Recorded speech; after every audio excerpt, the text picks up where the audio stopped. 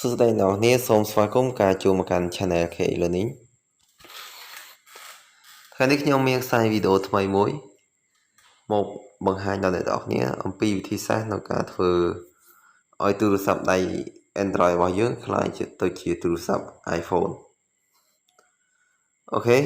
ឡូវយើងទៅតាមដានមើលទាំងអស់គ្នាឥឡូវយើងចូលទៅ Play Store ដើម្បី download theme វាបំលែង Android ទៅជា iPhone ហេតើបន្តិចអ្នកនរគ្នាវាយកន្លែង search ខាងលើនេះវាយពាក្យថា iPhone launcher iPhone launcher អូខ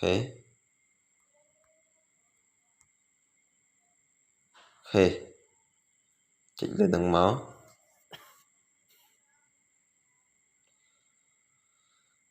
អ្នកនេះចុចលើ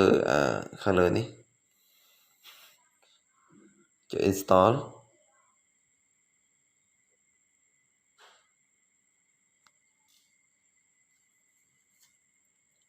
គេរងចាំតិចអ្នកនេះ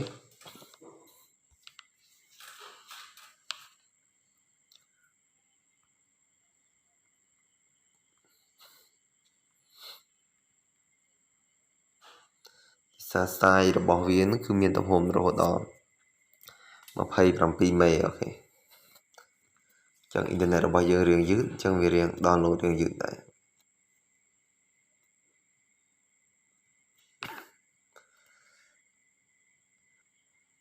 អូខេអ្នកទាំងអស់គ្នាបាន download ចប់ហើយចុចពាក្យថា open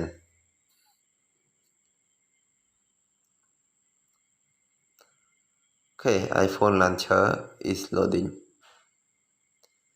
រងចាំតិចចុច get start ចុច load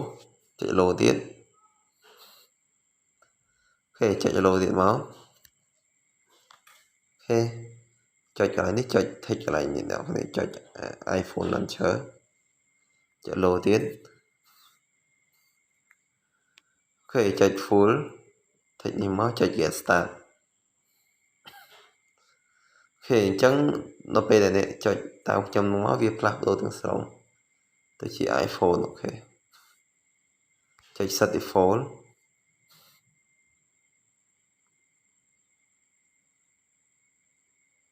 អូខេ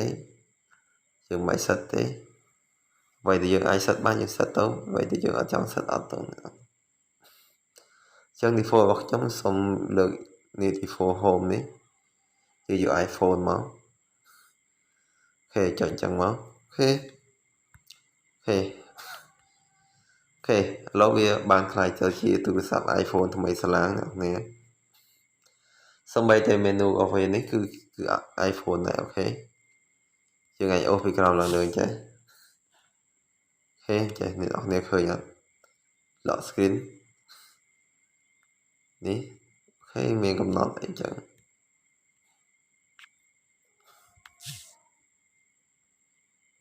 អូខេអ្នកនរឃើញអត់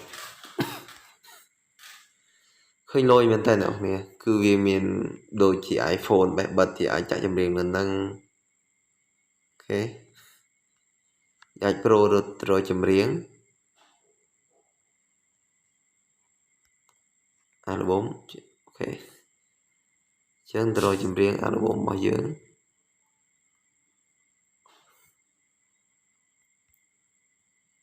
អូខេចាក់មកចាក់បទអីគេចាក់ភ្លេងដែលអត់ជាប់ copyright សិនហេអញ្ចឹងឯទៅវាមានភាពងាយស្រួលហើយស្រស់ស្អាតមែនតើអ្នកនរឃើញអ្នកនរដូច iPhone ពិតៗនេះអ្នកដឹងគឺអត់ដឹងទេក៏ពិលលើនេះក៏មានម៉ោង home អី message លើនឹងបើក Wi-Fi hotspot អី message អូខេអ្នកនរអាចសាកល្បងមាន control touch easy touch អ្នកនរអាចមក home ដូចបែដាក់អ្នកនរកន្លែងនេះវាតង់ខោតង់អីដូចបែដាក់អូខេចឹងអ្នកនរអាចសាកល្បងលេង style លើទូរស័ព្ទដៃរបស់គ្នាបានអូខេដោយអនុវត្តតាមខ្ញុំអូខេ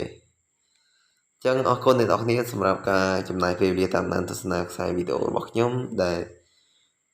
បង្ហាញអំពីរបៀបនៃការបំលែងទូរស័ព្ទដៃប្រភេទ Android របស់យើងឲ្យទៅជា iPhone